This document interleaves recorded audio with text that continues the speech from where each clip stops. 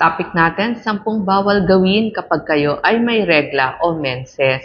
Ito po yung huwag na huwag ninyong gagawin. Number 1, huwag matatakam sa mga maaalat na pagkain. Kasi dahil nga sa pagbabago ng hormones ng babae kapag may regla katulad ng estrogen, progesterone at serotonin, parang gustong-gusto natin o naglilihi tayo sa maaalat. Ang problem, kapag kumain tayo ng maalat, mas mag-iipon tayo ng tubig sa katawan. So, feeling natin, bloated tayo, malaki yung puso natin, at saka mas makabag. So, iwas muna sa maaalat. Number 2, iwas o huwag sobrang caffeine sa panahon ng iyong regla o menstruation. Kasi, masasakit yung ulo mo, masasakit yung puson mo, masasakit din yung breast o yung dibdib mo. Kasi, pwede mo namang palitan yan ng peppermint tea. Ang maganda sa peppermint tea o mga tsaa, pangpalit sa napakaraming caffeine, maganda siya para sa kirot, sa hilo at pagtatae. Kaya yan ang mas iinumin ninyo. Lalo na kung warm, mas mawawala ang sakit ng inyong puson. Number 3, huwag munang mag-douche o yung tinatawag na irigasyon ng puwerta.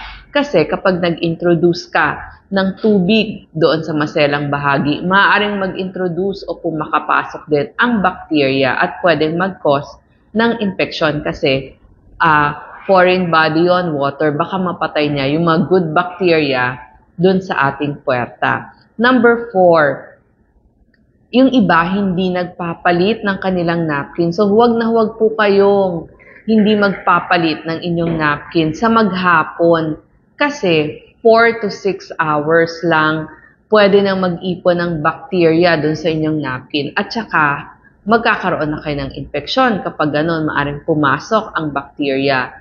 At hindi ba kapag babad yung inyong balat dun sa basa, pwede kayong magkaroon ng skin rashes. Kasi mangangating mabuti, tapos very wet yung nararamdaman ng inyong balat. At saka, syempre, mas mabaho yung amoy. Ang sinasabi ko nga, kapag nagpalit ng napkin, sana magpapalit tayo ng napkin every 4 to 6 hours, maghugas na rin ang puwerta gamit ang mild soap, yung sabon pangligo nyo sa katawan. Tapos tuyuin mabuti. Tsaka magsuot ng bagong pads o pasador. At saka kung pwede nga, yung cotton pads. Meron na po mga nabibiling cotton pads para mas masarap yung pakiramdam ng isang may menses. Number 5, wag nyo na hong isabay ang pag-aahit o waxing habang kayo ay may menses. Mas masakit kasi ang mangyayari. Siyempre, di ba, mas masakit lahat kapag may menses ka. Tapos babad pa yon o mas sensitive yung skin mo. And isa pa, paano kung masugat mo yung balat? Pwedeng source din ng bacteria yon. So, yung pagwawax tsaka yung pag-aahit o shaving, bago na lang kayo mag-menses or after ng inyong menses.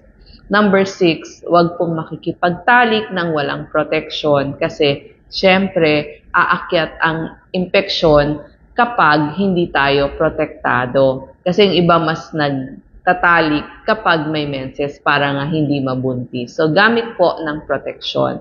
Number 7, huwag tayong maninigarilyo. Sana palagi, lalo na kung may menses kasi nakita nila sa mga pag-aaral, mas nagiging makirot ang menses ng isang babae kapag naninigarilyo. Number 8, huwag po kayong hihiga ng walang pasador o napkin o kaya yung cup. Kasi syempre, tatagos dun sa inyong higaan. Tsaka magiging mas babad din yung inyong skin sa basa kapag wala kayong napkin o pasador. Number 9, hindi po ito ang panahon para mag-self-breast examination kasi mas maga yung ating breast o yung ating dibdib. So, hindi mo makikita ano yung naging pagbabago kasi mas maga din lahat. So, hindi mo makakapa kung may pagbabagong bukol dyan sa iyong breast. So, dapat sa pagitan ng dalawang menses mo, doon ka magsa-self-breast examination. At number 10, lastly, huwag pong magpapakagutom dahil apektado ang energy level kapag kayo ay may menses. Siyempre, mas lalo kayong magiging masungit at manghihina during menses. Nakita nila sa pag-aaral ng 2016 na dahil nga sa hormones na estrogen, progesterone at serotonin, mas nagtatakam ang isang babae ng matatamis, maaalat, carbohydrates, junk foods. So, mas napapalakas din ang kain. Hindi nyo napansin, mas malakas kayong kumain bago at during ng inyong menses. Meron pa yung kasamang mood swings. So, parang mas masungit ka, mas mainit ang ulo mo. Meron din tayong mga 10 gagawin at kakainin kapag may menses naman. Number 1, uminom ng 8 hanggang 10 baso ng tubig during menses para iwas sa dehydration, headache. Number 2, ayaw mo na yung prutas mo masyadong high calorie kasi baka tumaba ka kasi lagi ka na ngang nagtatakam Low calorie, katulad ng mga pakwan, pipino, singkamas, saging, mansanas.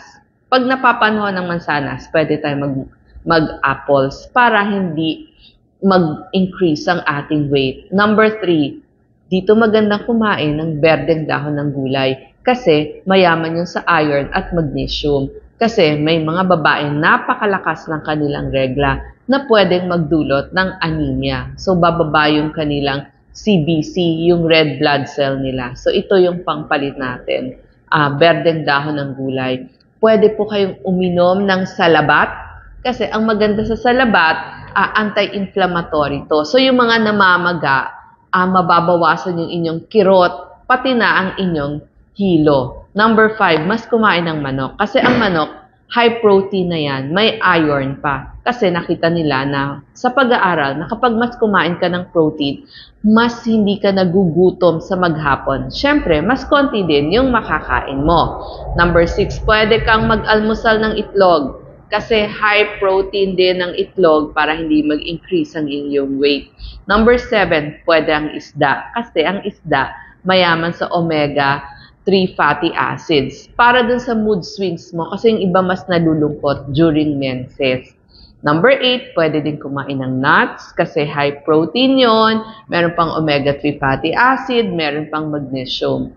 Number 9, kung masakit ang iyong puso, ang inyong likod, pwede kayong mag-warm compress. Makakatulong yan para mawala ang inyong mga sakit, aches and pains. At number 10, pwede ding makatulong ang masahe. Kasi ang masahe nakakatulong sa kirot.